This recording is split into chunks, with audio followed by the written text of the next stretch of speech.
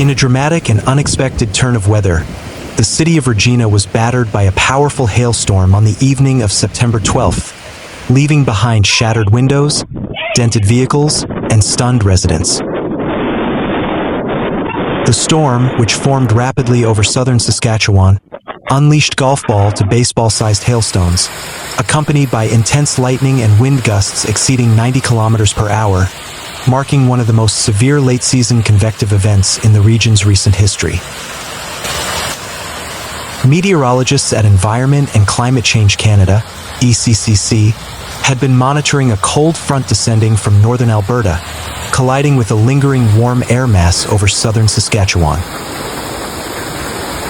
The result was a volatile atmospheric setup with elevated convective available potential energy, CAPE values, and strong vertical wind shear, ideal conditions for supercell development.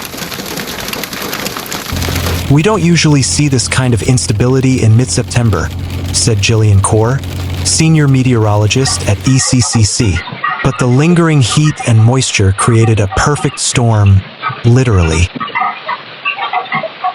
Radar imagery around 5:30 p.m. showed a rapidly intensifying cell west of Moose Jaw, which tracked eastward toward Regina. By 6:45 p.m., the storm had developed a classic hook echo signature, prompting a severe thunderstorm warning and hail advisory for the Queen City.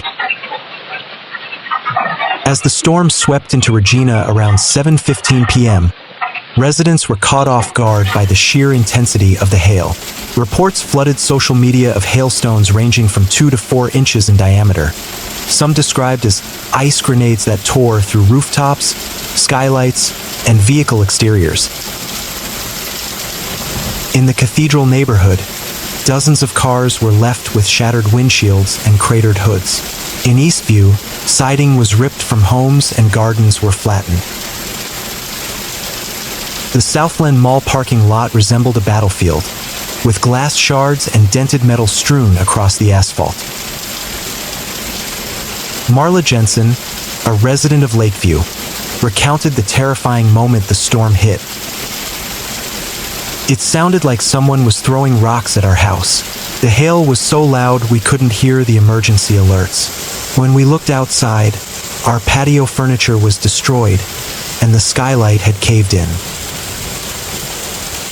Beyond the hail, the storm delivered a dramatic light show. Sheet lightning lit up the sky in rapid succession, with some strikes hitting transformers and causing localized power outages in North Regina and uplands. Wind gusts reached up to 95 kilometers per hour, toppling trees and tearing shingles from roofs. Several funnel clouds were spotted near Pilot Butte and White City, though no touchdowns were confirmed. Amateur storm chasers tracked the system using GPS and radar overlays, sharing real-time updates through platforms like Gunjan Sinha, a seasoned storm chaser, described the event as a perfect storm of chaos and beauty. "You could feel the electricity in the air. The sky was alive. It was terrifying and mesmerizing all at once." For farmers on the outskirts of Regina, the timing of the storm was devastating. With harvest season underway, fields of canola, wheat, and barley were shredded. Agronomists estimate that thousands of acres suffered moderate to total crop loss. In Zenner, farmer Derek Martins surveyed his land the next morning and found his canola field reduced to mulch. "It's heartbreaking," he said. "We were days away from harvest. Now it's all gone." The Saskatchewan Crop Insurance Corporation issued an emergency bulletin urging farmers to document damage and begin the claims process. Analysts predict that the storm could result in over 80 million Canadian dollars in insured agricultural losses, not including infrastructure and vehicle damage. As dawn broke on September 13th, Regina's residents mobilized quickly. Volunteer crews began clearing debris, patching roofs, and checking on vulnerable neighbors. Local fire departments responded to over 150 emergency calls related to downed power lines, flooding, and structural damage. The city opened emergency shelters at Evraz Place and Core Ritchie Neighborhood Center for displaced residents, while the Red Cross deployed rapid response teams to assess needs and distribute supplies. Hardware stores reported a surge in purchases of tarps, plywood, and generators. Mayor Sandra Masters praised the resilience of the city. "We were hit hard, but we're standing together. The spirit of Regina is alive and well." Social media platforms were flooded with images and videos of the storm's aftermath. One widely shared photo showed a hailstone the size of a grapefruit next to a shattered car window. Another video captured the eerie silence that followed the storm, broken only by the sound of dripping water and distant sirens. Photographer Jeff Wisniak, who documented the storm from Harbor Landing to downtown, said the experience was like chasing a dragon. "You never forget the sound of hail hitting metal. It's primal.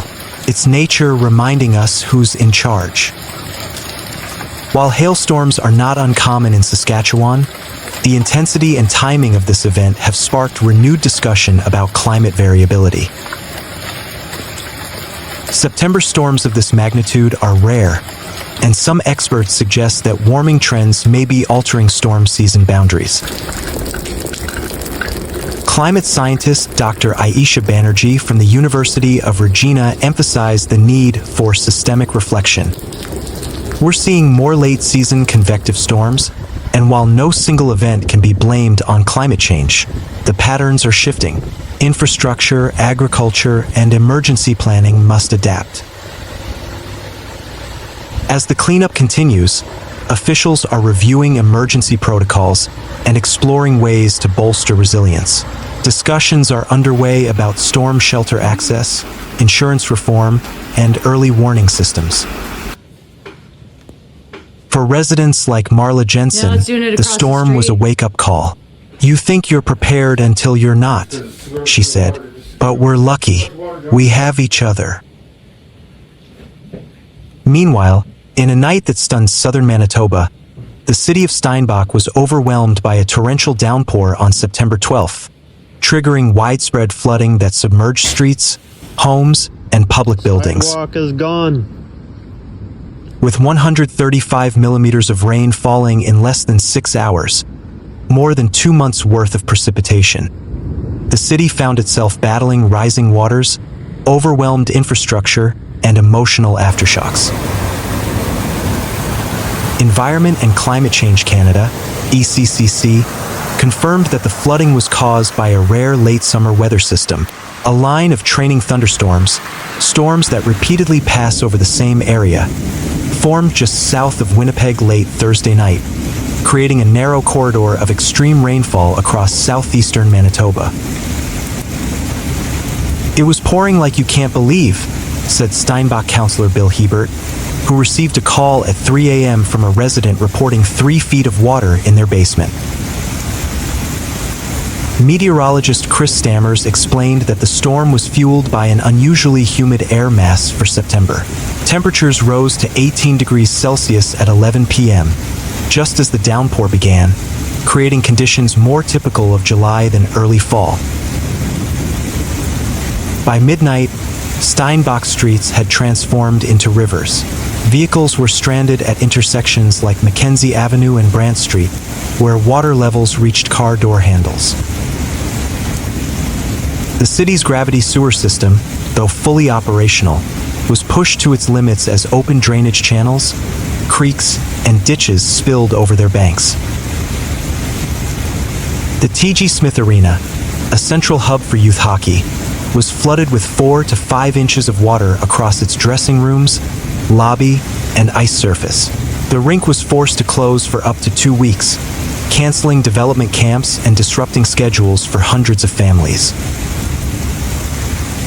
"We've lost the ice surface," said Russ Dyke, head of Parks and Recreation. "We're in the process of cleaning that up and reinstalling the ice. It's a setback, but we're moving quickly." Across Steinbach, residents woke up to flooded basements, soaked belongings, and emotional exhaustion. Laverna Moreland, a local mother, paddled a kayak down her flooded street to deliver an iced cap to her disabled daughter. A weekly ritual turned surreal. I got a call at 7 a.m. from our home care saying she couldn't get in because the driveway was flooded, Moreland said. Our basement is flooded and it keeps getting higher because it's got nowhere to go. Hayden Parsons, whose basement had just been renovated, described the flood as a kick in the teeth. We finally finished a great project. We were ready to enjoy it, and sure enough, it floods again. The Steinbach and Area Animal Rescue Building was hit especially hard. Located near a creek, the property took in nearly 2 meters of water through basement window wells. The lower level, used for storing pet food, litter, kennels, and supplies for a weekend fundraiser, was completely submerged. It's all floating around right now, said Vice President Graham Pollock. We've got 22 cats and kittens in the building, and we're trying to move them out to foster homes so we can start pumping water. Cleanup crews worked through Friday to clear debris, pump water, and restore traffic flow. The city's sewer system returned to normal operating levels by mid-morning, but the emotional and financial toll remains high. This flood comes almost exactly 1 year after Steinbach's last major rainfall event, which dropped 156 millimeters of rain on September 16th to 17th, 2024. Experts warn that such events, once considered once in a century, are becoming more frequent. Climate scientist Dr. Slobodan Simonovic, professor emeritus at Western University, explained that warming temperatures allow the atmosphere to store more moisture, leading to short-duration, high-intensity storms. Southern Manitoba's clay soil is extremely fertile but poorly drained, Simonovic said. It makes the region more prone to flash flooding. We need better early warning systems and improved infrastructure to handle peak flows. Photos and videos from the flood show cars submerged on Main Street, water pouring into basements, and residents wading through knee-deep water. One image of a flooded animal rescue basement, with crates floating in murky water, has become emblematic of the storm's impact.